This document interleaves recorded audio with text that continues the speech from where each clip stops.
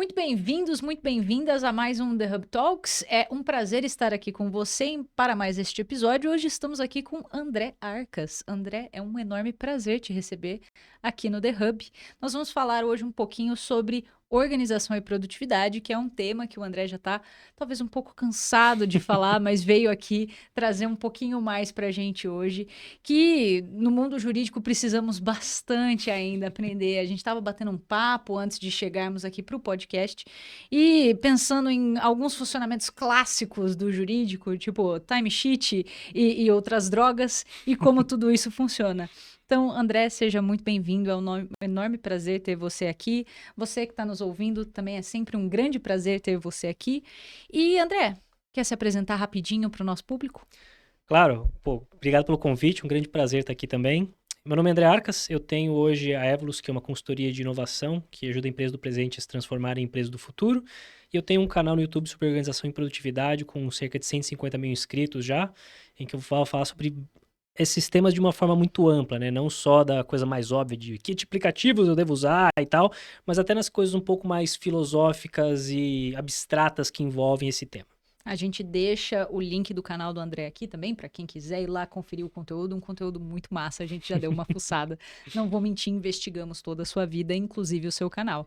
Parabéns, inclusive. Um canal muito bom. Obrigado. O que a gente vai fazer hoje, na verdade, é importar um pouquinho do conteúdo do seu canal para o nosso canal. Maravilha, vamos lá. Cara, eu queria conversar com você um pouco dessa questão da organização e produtividade e as intersecções que a gente tem dela no mundo jurídico, né? Eu mencionei aqui o fatídico timesheet, que eu não sei o quanto ainda se sustenta no mundo, o quanto a galera ainda opera dentro desse modus operandi, ou o quanto, sei lá, os próprios clientes já vêm rejeitando isso. O que você pensa sobre timesheet? Eu odeio timesheet. Timesheet é arcaico, de jurássico e não deveria existir na face da Terra.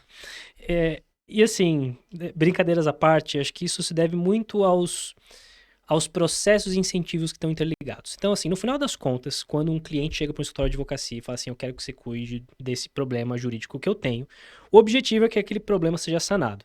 Idealmente da forma mais rápida, eficaz e barata possível. O problema do timesheet é que ele cria incentivos que são muito contrários ao interesse de todo mundo. Então, de uma perspectiva do escritório, a tendência que vai ser o seguinte, eu tenho lá, eu vou pagar por hora, você tem lá a tabela de horas de cada um dos membros, né, advogado júnior, pleno, sênior, tudo mais, e vai ter um cap de hora. No máximo, assim, são tantas horas, ou 100 mil reais você vai poder gastar nesse projeto, mais do que isso eu não vou te pagar. Beleza. Se o projeto acaba em, sei lá, 70 mil reais, você cria um incentivo para a equipe de... fazer mais uma pesquisinha jurisprudencial só para ter certeza se é isso mesmo? Vamos dar uma investigada na doutrina para ter certeza que a gente não deixou nada de fora? Será que não faz sentido a gente dar mais uma olhadinha em alguma outra coisa? Então você tende a inflar aquele negócio, aquele escopo de uma forma desnecessária. Não só isso, você está criando um incentivo para o seu cliente estar toda hora discutindo com você sobre por que você gastou tantas horas em determinado assunto. Porque eu podia. Exato. E aí vocês vão ficar brigando por causa de hora. Não, mas por que você gastou tempo com isso aqui? Não, mas isso aqui é necessário. Não, mas eu não sei se isso é necessário. Não, mas tem um outro cara que pra mim fez... Então, assim, isso não faz sentido. É muito mais inteligente, ou pelo menos econômico, você dizer o seguinte, eu vou te cobrar X reais por esforço, ponto e acabou, eu vou absorver as horas, e aí eu tô gerando um incentivo para minha equipe de trabalhar menos. Então, pessoal, sejam eficientes nessa entrega. Claro que isso depende de um planejamento, uma expectativa mínima de quantas horas de fato certos tipos de projeto demandam, mas aí eu tenho agora um incentivo para trabalhar menos, porque se eu entreguei o que eu precisava entregar em 160 horas todo mundo, e o que eu vou receber é X, trabalhar mais não vai me fazer receber X mais 10. Então, com isso, eu tenho um sistema que não vai gerar atrito com o meu cliente, eu vou gastar as horas que forem necessárias para entregar aquele projeto, e eu não preciso ficar inflando aquele negócio de forma desnecessária. E como que você acha que a gente pode, né, fazer essa troca de mentalidade do eu operava no timesheet, então eu precisava meio que me esforçar, eu não vou dizer o esforço ao máximo, mas trabalhar ao máximo, né, investir um máximo de tempo para, poxa, eu preciso ser uma pessoa produtiva, né? É meio uma dicotomia isso, quase incongruente. É interessante isso. Eu acho que muita gente tem a ideia de que ser produtivo é fazer muita coisa. Se eu faço muitas coisas, eu sou uma pessoa muito, muito produtiva. É um mal dos millennials, né? A gente achou que era super multitasking. O problema é que produtividade é o contrário, é exato o contrário disso. Então, eu sempre digo que, assim, para você ganhar 1000 vezes mais do que você ganha, você precisaria trabalhar 1000 vezes mais do que você trabalha? É evidente que não, nem dá pra você trabalhar 1000 vezes mais do que você trabalha. E, no entanto, tem pessoas que ganham 1000 vezes mais do que você ganha. E não está no volume de trabalho, está na qualidade do trabalho. O que exatamente eu estou fazendo e as estruturas e os processos que eu fiz para conseguir entregar mais com menos esforço. Então, eu acho que essa é uma sacada muito importante, que produtividade é quanto menos coisas você faz e não quanto mais coisas você faz. E trazer esse olhar, ele é uma quebra de paradigma muito grande para as pessoas. Muita gente acha que ser produtivo é fazer muito, quando na verdade não é. E é difícil entender e explicar isso para as pessoas, eu acredito, e talvez por isso a gente é tão apegado à metodologia do timesheet, porque é difícil enxergar valor naquilo que a gente não vê, não percebe, não mede o esforço diretamente, né? Uhum. Então, se virar para mim e falar, olha, eu consigo fazer isso aqui para você em 5 minutos, eu vou falar, então é muito barato. Porque leva apenas 5 minutos para você fazer. E aí você vai dizer, não, eu levo 5 minutos para produzir essa folha de papel, porque eu passei os últimos 30 anos da minha vida fazendo só folha de papel, eu sou especialista de produzir folha de papel no mundo. Então, hoje, a pessoa que leva menos tempo no mundo sou eu. A média é levar 30 horas e eu, sozinho, faço em 5 minutos. E é muito difícil a gente enxergar isso, né? Perceber. E aí, eu acho que, de um ponto de vista, eu entendo um pouco a visão dos advogados e advogadas, e tem um pouco esse viés de... É difícil para a gente falar, bom, então isso aqui vale muito, apesar de custar pouco. Essa diferença entre preço e valor. Você vê esse desafio aí a partir do momento que você passa a ser uma pessoa muito produtiva, né?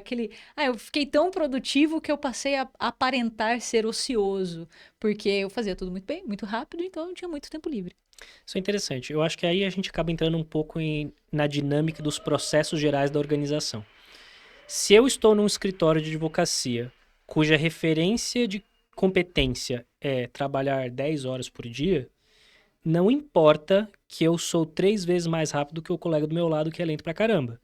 Se eu for embora 3 horas da tarde, mesmo entregando a mesma coisa que ele, significa que eu sou um preguiçoso vagabundo que não estou trabalhando tanto quanto eu deveria. Culturalmente falando, né, daquela organização. E eu acho que é por isso que importa, de uma questão organizacional, você ter não só uma cultura que valoriza as coisas certas, que é a gente produzir mais qualidade com menos tempo, como é importante você também ter referências do que significa um trabalho bem feito.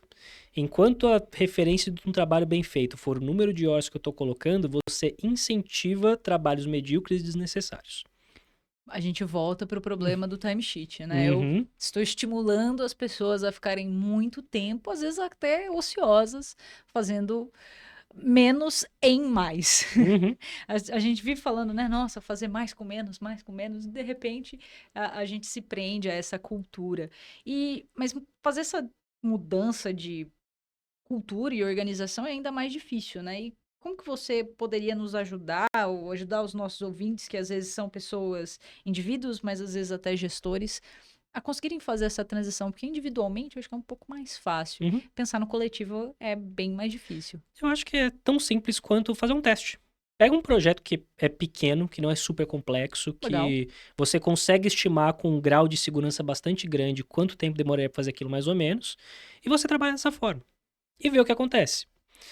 E ver o que acontece significa olhar para isso em todos os espectros. Ver o cliente receber isso legal, se a equipe funcionou bem, se eu preciso implementar talvez outros mecanismos para acompanhar a qualidade do trabalho, que outras formas, o que eu preciso fazer aqui para fazer isso funcionar legal.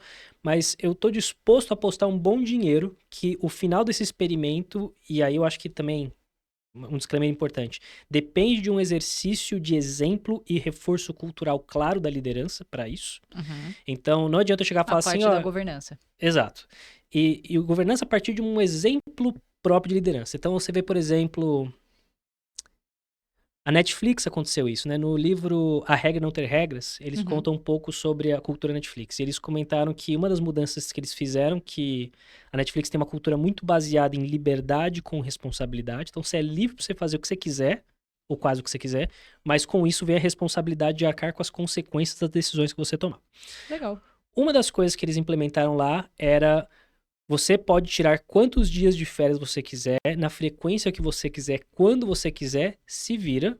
A única coisa é que você não pode deixar ninguém na mão. Se você vai viajar 2 vezes, vai ficar o mês fora inteiro, se você vai dividir a cada 15 dias, sei lá, pouco importa. Mas para isso funcionar, isso só rolou na hora que a liderança começou a tirar férias e mostrar que culturalmente era aceitável tirar férias. Porque não é porque as pessoas disseram que agora pode que todo mundo vai realmente considerar que aquilo é aceitável. Porque vai que eu tiro férias e aí eu volto e eu descubro que todo mundo me odeia porque eu tirei férias e ninguém tirou. Né? Isso passa pela cabeça das Tem esse pessoas. perigo. Eu acho que a geração Z teme menos essas consequências, Uhum. teriam os primeiros a estar lá de férias, trabalhando remoto no meio do mar, Uhum. inclusive com o meu apoio. Mas o exemplo é muito importante, com certeza, porque eu seria uma das pessoas esperando o dia de ver se de fato deu certo o esquema de férias. Pois é, e talvez assim, sem o exemplo, eu acho que por mais que algumas pessoas tirem, talvez poderia tirar mais, talvez poderia tirar com um pouco mais de paz de espírito. Mas enfim, eu acho que o resumo da história é que essa mudança, ela tende a ser muito positiva na minha visão, porque, enfim, você extirpa trabalhos e processos desnecessários e você foca com alguma coisa que é muito controlável e manejável. Deu certo? Vai expandindo aos poucos. Eu não tenho dúvida que é muito mais benéfico para um cliente chegar e falar assim, cara, você só vai gastar isso, ponto, acabou. A gente não vai ficar brigando por hora. O tempo que você passa discutindo com um cliente se o número de horas é adequado ou não, é tempo jogado no lixo, não serve para nada.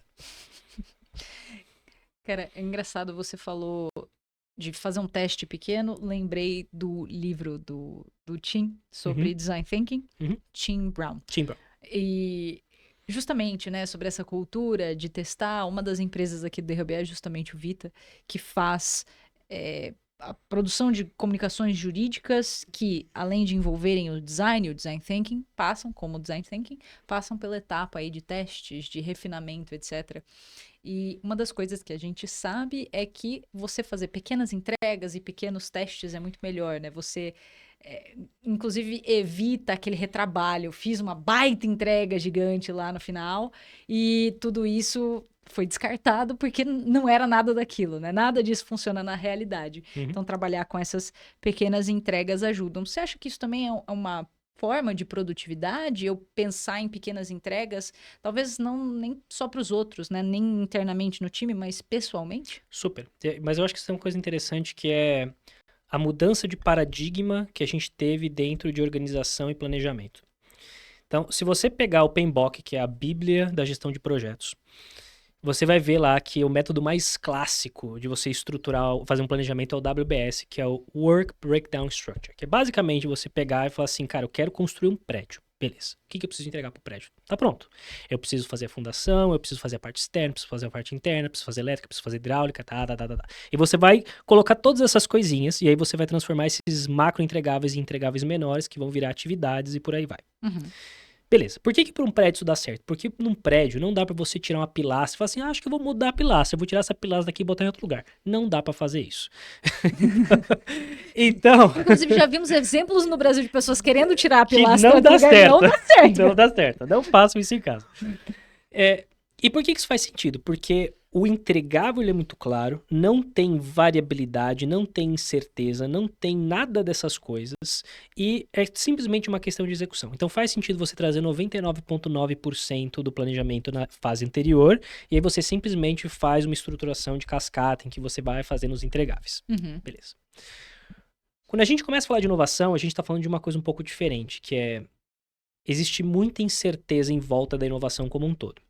E inovação tanto em termos de produto, quanto sistemas complexos que envolvem, no caso do indivíduo, sentimentos. Como eu me sinto exercendo certos tipos de tarefa. Sim. Então, por isso que quando a gente está falando desse tipo de contexto, você fazer entregas pequenas para você mitigar risco é muito mais interessante. Então, se eu planejar tudo, eu tenho certeza que vai estar tudo errado. Então, o que eu preciso planejar? Qual que é essa entrega pequena que eu preciso fazer para validar as minhas premissas mais fundamentais e, a partir disso, eu ter certeza de que isso é um bom caminho? Então, no caso, por exemplo, de, sei lá, quero fazer exercício, mas eu não sei exatamente o que fazer. Você ficar tentando adivinhar qual vai ser o melhor exercício para você, não vai funcionar. É muito mais prático, você vai lá, paga uma aula experimental numa academia, vai fazer uma aula experimental no tênis, vai fazer uma aula experimental de natação, ou então faz um mês de natação, não importa. É você testar, vivenciar aquilo, você olha e fala assim, pô, isso é legal, gostei, odiei fazer isso, nunca mais quero voltar aqui.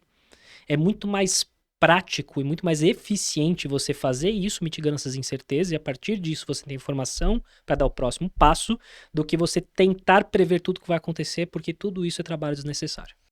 E você acha que a gente pode fazer isso, inclusive, com os próprios métodos de produtividade? Fazer Super, pequenos testes? Esse aqui funciona pra mim, esse aqui não funciona, esse aqui eu super, gostei, esse aqui eu odiei de cara, desisti imediatamente. super. E eu acho que tem uma metodologia muito interessante que é a Kinefin, que ela fala um pouco sobre como lidar com diferentes tipos de afazeres, né? Você tem as questões que são simples, que é bem causa e efeito, se eu soltar esse copo no chão ele cai e quebra. Tem as questões complicadas, que são questões que têm uma relação de causalidade, mas que ela não é tão clara, mas se eu me debruçar o suficiente eu consigo chegar a uma resposta, do tipo os efeitos de uma certa política no turnover de uma empresa. Sei lá, se eu proibir a galera de ir pro home office, todo mundo precisa ficar aqui no presencial. Eu consigo mensurar os efeitos disso no tempo? Consigo. Eu consigo ter uma ideia boa comparando com os períodos anteriores, se eu tiver os dados para isso, dos efeitos que isso tem. Então eu faço um teste AB ou qualquer coisa dessa ordem. Então você consegue chegar a uma resposta. Você tem os sistemas caóticos, que são coisas que, meu, pau tá comendo, pegou fogo no meu carro, o computador explodiu, coisas que, enfim, imergem a gente no caos e que não tem uma saída clara. E você tem os sistemas complexos. E os sistemas complexos são sistemas em que você interagir com o sistema faz com que o sistema reaja de outras formas. Organizações são claramente assim, então você trazer uma mudança uma organização, a organização reage, aquela mudança ela não é passiva, você não traz uma mudança e pronto, acabou, tudo está funcionando de uma forma super linear, especialmente quando a gente fala de coisas como cultura. Mas pessoas e sentimentos são da mesma forma. A maneira como eu me sinto em relação ao sistema de produtividade que eu estou usando é um fator crítico para ele funcionar. Se eu odeio usar o meu aplicativo de tarefas, com o tempo eu vou parar de usar o meu aplicativo de tarefas. É um pouco de aí que eu quero chegar. E a maneira clássica de você resolver trabalhar problemas complexos é a partir de testes e iterações. Testo um negócio, vê como eu me sinto, a partir disso testo uma outra coisa. Foi legal, faz sentido deixar ou não, e aí você vai ajustando conforme você vai se sentindo com aquilo. E aí, quais metodologias você já testou e detestou? E quais você testou e gostou? Boa pergunta.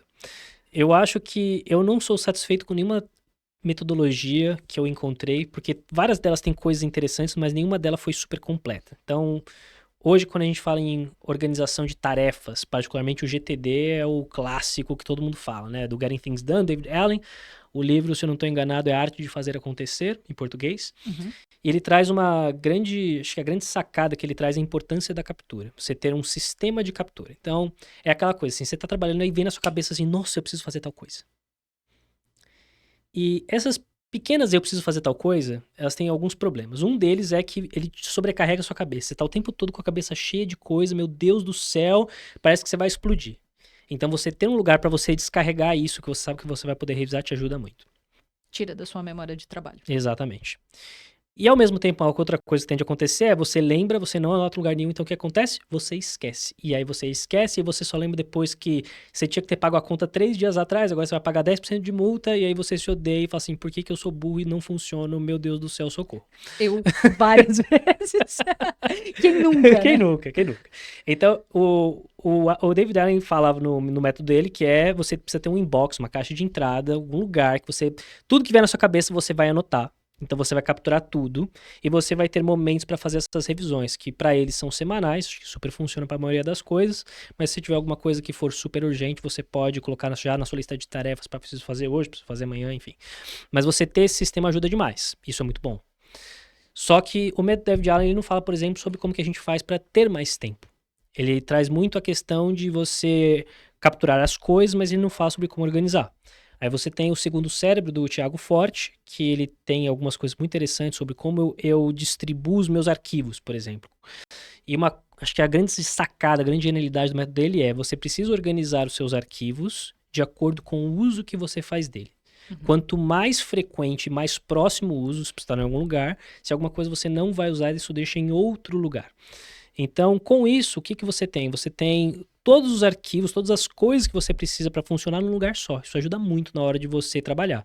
E você pode olhar para isso de uma forma digital, no sentido de, eu tenho um cliente, o caso tal. Beleza, você ter uma pasta do cliente com todos os arquivos relacionados àquele cliente é uma forma mais inteligente de operar do que você dividir, por exemplo, peças processuais. Uma pastinha com todos os clientes e as peças processuais lá dentro. Aí a outra vai ser contratos. Uma pasta só de contratos com de todos os clientes lá dentro. Se eu quiser saber de um cliente, eu preciso ficar pescando em várias pastas diferentes e é muito difícil, é muito contraproducente. Você ter a pasta do cliente com todos os documentos relevantes para ele ali dentro é muito mais fácil de você encontrar o que você precisa. Isso é muito bom. Só que eu sentia muita falta de como é que eu conecto a organização e a produtividade com os objetivos, que no final das contas é a única coisa que importa. Organização e produtividade é uma forma de você alcançar certos objetivos. Sim. E o jogo é como eu consigo me organizar, como eu consigo criar formas de trabalho que vão me levar para o meu objetivo da forma mais rápida e fácil possível. E ter essa clareza tanto do objetivo quanto do caminho que você está traçando é muito importante, né? Porque senão você vai aceleradamente pro precipício. Mas você chegou exatamente onde eu queria chegar. E é por isso que sempre me incomodou os métodos de organização e produtividade pelo contador. Eles sempre olham para um pedaço, mas eu nunca vi algo que falasse do todo. E é por isso que eu comecei a desenvolver um método próprio. E a maneira que eu enxergo isso é, a primeira coisa é você ter muita clareza do que é que você quer. De uma perspectiva individual, isso significa se declarar sobre as várias áreas da sua vida e como essas coisas se conversam. Senão é aquela coisa assim, começou o ano, virou o ano, né? 2024 vai ser o ano, o que vai acontecer? Você vai perder 10 quilos, vai ficar malhado, e eu vou casar, e eu vou trabalhar mais, e eu vou ganhar mais dinheiro, e essas coisas não se conversam. 2024, perder 50 quilos, aumentar meu salário para 50 mil reais por dia.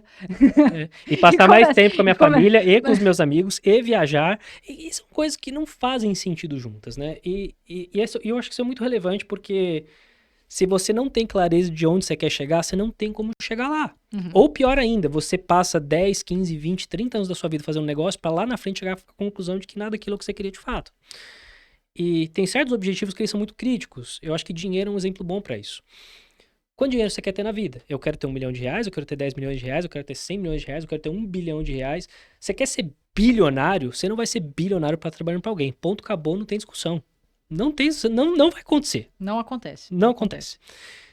E tá tudo bem, mas talvez eu não queira ser bilionário. Talvez eu queira, ter um dinheirinho guardado, uma aposentadoria e morar numa cidade ali no interior e tá tudo certo. Casa beleza. própria, minha família, uma viagem por ano, tá tudo Beleza. ótimo.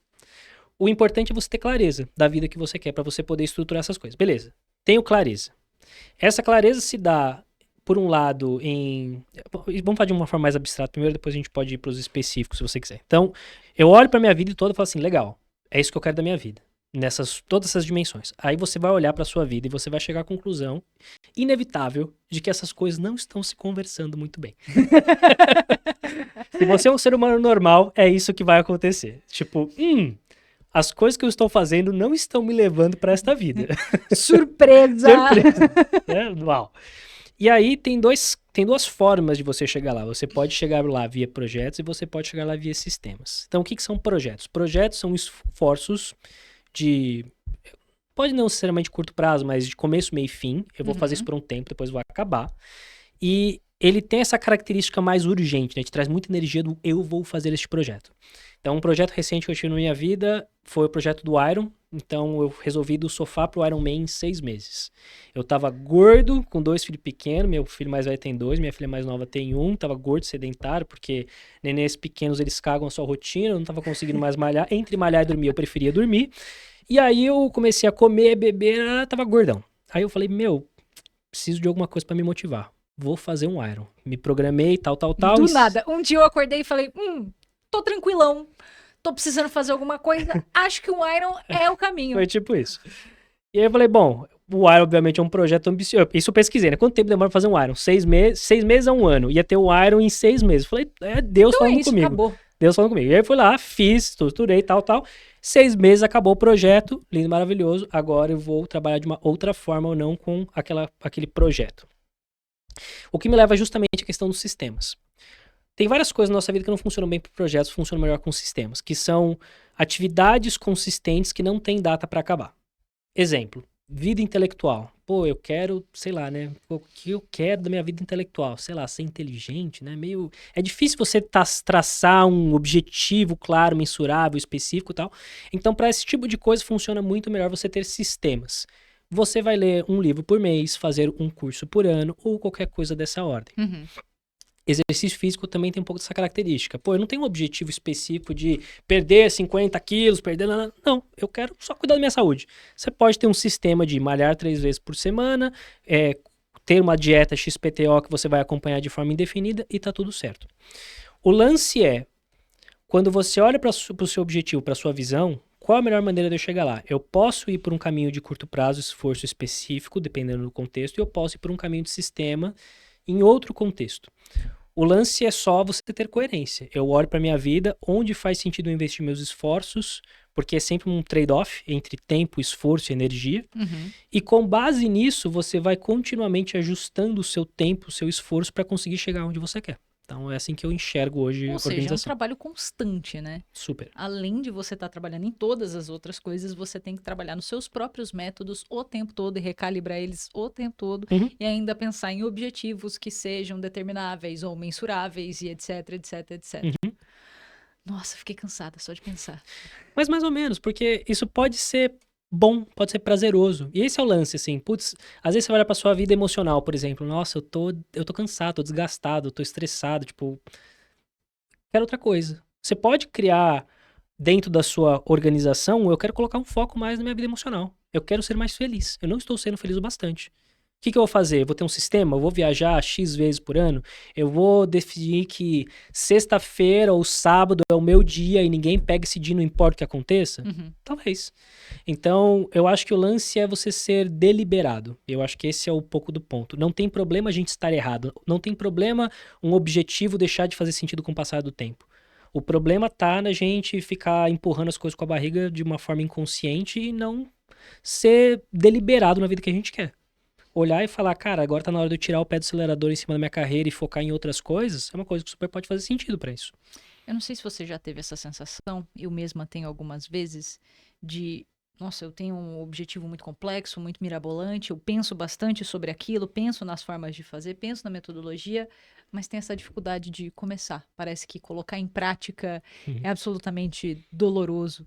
E aí podem ser vários fatores, pode ser o medo de dar errado, se frustrar, então eu nem tento, porque aí eu nem falho, ou até tirar do papel e colocar na prática é muito difícil. E você tem alguma dica prática, algum conselho do por onde começar? Como começar? Quando começar?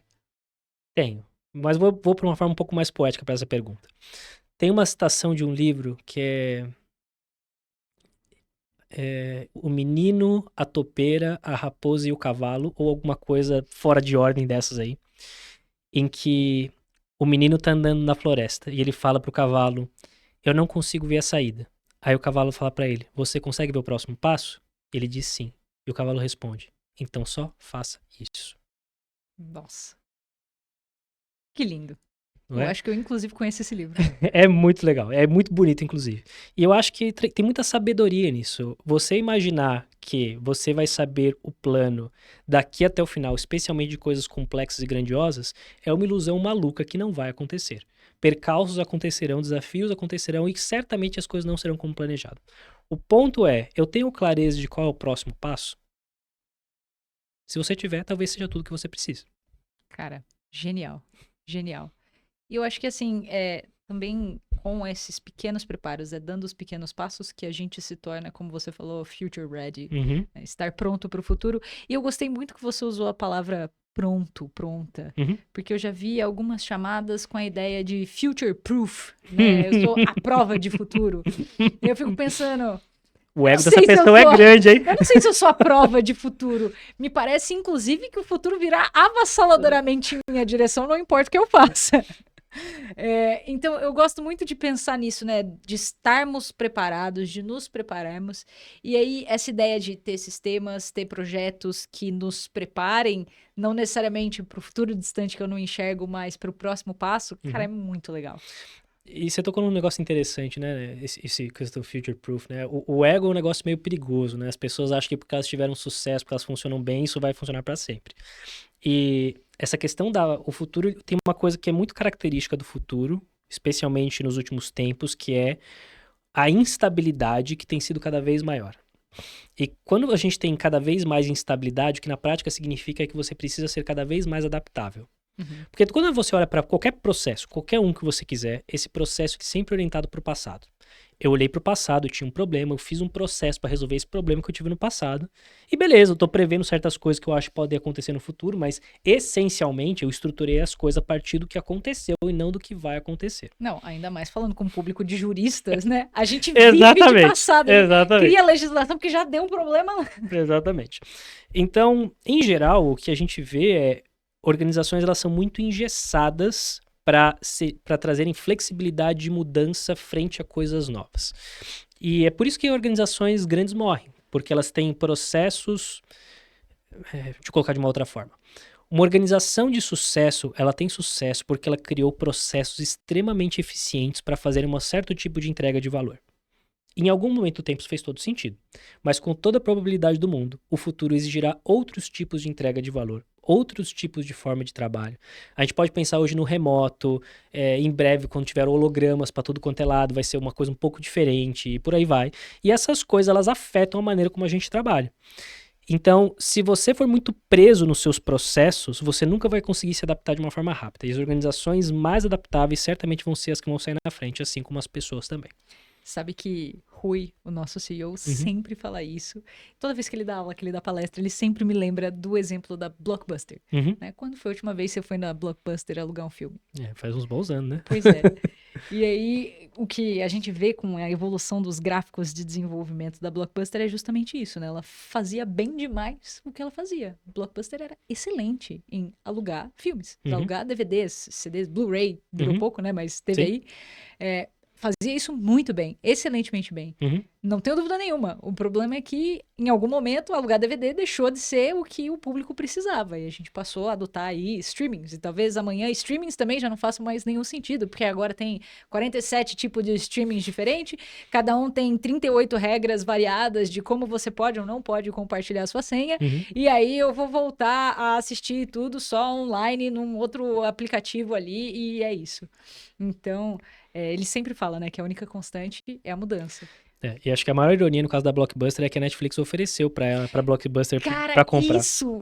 Se eu tivesse na Blockbuster esse dia, eu ia passar o resto da minha vida pensando, e se eu tivesse aceitado? E se eu tivesse aceitado? O pior, eu acho que não é nem isso. Acho que o pior de tudo foi a explicação, que eles disseram que eles achavam que o mercado da Netflix era nichado demais, pequeno demais. Então não fazia sentido pra eles comprarem.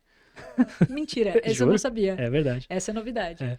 Engraçado, né? Tantas as tecnologias vão aparecendo, a gente tenta se adaptar, e agora o debate do momento é inteligência artificial. E aí nessa coisa de estar preparada para o futuro, você acha que as máquinas vão nos dominar ou dominaremos nós as máquinas? O mundo vai acabar antes, você que sabe. Eu acho que aí é um exercício um pouco de futurologia, e aí cabe cada um, os otimistas e os pessimistas podem ficar brigando eternamente sobre isso. Eu acho que a gente não vai chegar a muito lugar nenhum. Eu acho que as duas coisas são possíveis e dizer que uma coisa ou outra vai acontecer é um pouco de ingenuidade. Eu acho que para nós, meros mortais, a maior parte de nós, que não é o Elon Musk, por exemplo, acho que a discussão tem que ser um pouco mais pragmática, que é a inteligência artificial, ela será cada vez mais parte da nossa vida, ponto.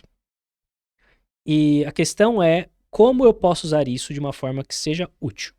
E aí volta um pouco nessa questão dos processos, né? No final das contas, a gente tem que lembrar sempre, os processos que nós temos, planejamento, organização, tudo, são formas de entrega de valor. Para você, se for pessoal, para o seu cliente, se for organizacional. Mas é uma forma de entrega de valor. Como que eu posso usar a inteligência artificial para entregar mais valor? Se você não consegue enxergar uma maneira para fazer isso, não enfie inteligência artificial em coisas desnecessárias, por favor. Não vamos fazer os chatbots 2.0, que é a URA 2.0, né? Tipo, clique aqui, fale com, tipo, eu odeio. Isso tem uma coisa, olha, vamos fazer um pequeno desabafo. Empresas que trabalham com URA, parem de usar essa merda. As pessoas odeiam URAs. Ninguém gosta de URA. Se a pessoa está te ligando, é porque ela já tentou resolver isso no site. Não adianta você falar para ela, entre no nosso site para ver. Eu já tentei. Não deu certo. É por isso que eu tô te ligando. Por favor, atenda o telefone. E essa lógica desse processo, beleza, eu consigo entender. Não, porque aí quando você olha o número de pessoas e atendimentos, blá, blá, mas você tá gerenciando uma métrica de uma forma meio burra, na minha visão. as pessoas que estão ligando para você, elas precisam de atendimento. E muitos chatbots eles têm esse mesmo problema. Você está resolvendo o problema do atendimento a partir de certas métricas, mas você não está resolvendo o problema do cliente de fato. Você está, na verdade, impedindo a resolução do problema muitas vezes. Exatamente. Você coloca milhares de atritos. Exatamente. Né? Eu coloco tanto atrito que o único cara que vai me ligar é o cara que vai estar muito, muito, muito, muito motivado. Eu acho que um exemplo ótimo disso são as companhias telefônicas. Eu só ligo para minha empresa de telefonia se eu precisar muito falar com ela. Desesperadamente. Não é por isso que eu amo a minha companhia telefônica. Eu odeio a minha companhia telefônica. Eu estou com ela porque não tem uma opção melhor. Se tivesse, eu estaria. Mas assim, a ideia de que a URA ajudou a resolver isso é uma ideia maluca. E eu vejo a inteligência artificial um pouco da mesma maneira. Não, agora é plá, inteligência artificial para cá, inteligência artificial para lá. E a inteligência artificial ela traz um problema que é um problema de falsos negativos. Alguém precisa, tipo, se você vai usar a inteligência artificial, precisa ter um sistema ou uma pessoa que estará lá para verificar a adequação daqueles resultados, que é uma coisa que as pessoas esquecem um pouco. Do tipo, a inteligência artificial me mandou fazer desse jeito, vou fazer. O que poderia dar errado? Só tudo! Quem lembra quando o Google tava mandando você fazer pizza com cola? É tipo isso, o que poderia dar é só tudo. Não é porque saiu uma resposta convincente do ChatGPT que você deveria fazer o que o ChatGPT está te falando para fazer. E sem essa inteligência de alguém ali por trás, coisas muito, muito ruins podem acontecer. Então, assim, é lembrar que inteligência artificial não resolve tudo. É onde que eu plugo isso de uma forma que eu consigo agregar mais valor. Putz, na hora de criar certas ideias. E as generativas, eu acho que elas têm uma aplicação muito boa. Quando você pensa, por exemplo, em filmagens. Você deslocar um ator, equipe de filmagem, equipe de iluminação, edição, tal. Quando você soma os custos de tudo isso aqui, é muito dinheiro. Então faz sentido, talvez, eu usar uma inteligência artificial para ter um negócio que talvez não seja no mesmo nível, mas que ele me sufre, mas custa 1% do que custaria eu fazer isso sozinho. Sim. Ou então, putz, que tipo de processos eu posso usar para fazer uma ideação, por exemplo. Putz, eu tô com algumas ideias, eu quero fazer uma ideação de posts das redes sociais. Fazer um brainstorming junto ali com a inteligência artificial pode fazer sentido. Mas no final das contas, eu acho que essa questão de como eu estou agregando valor e se eu não estou criando etapas desnecessárias que não agregam valor é o que tem que estar por trás da cabeça das pessoas na hora que elas usam qualquer tipo de tecnologia, processos e inteligência artificial.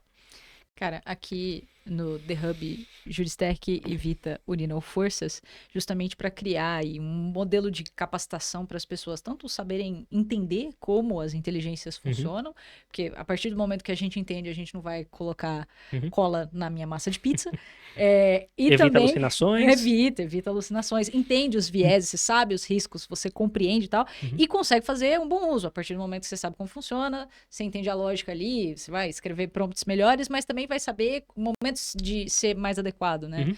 Pô, ao invés de eu precisar encontrar uma pessoa com esse perfil para fazer o teste, posso criar um perfil desse na IA generativa e fazer o teste lá mesmo. Pô, legal.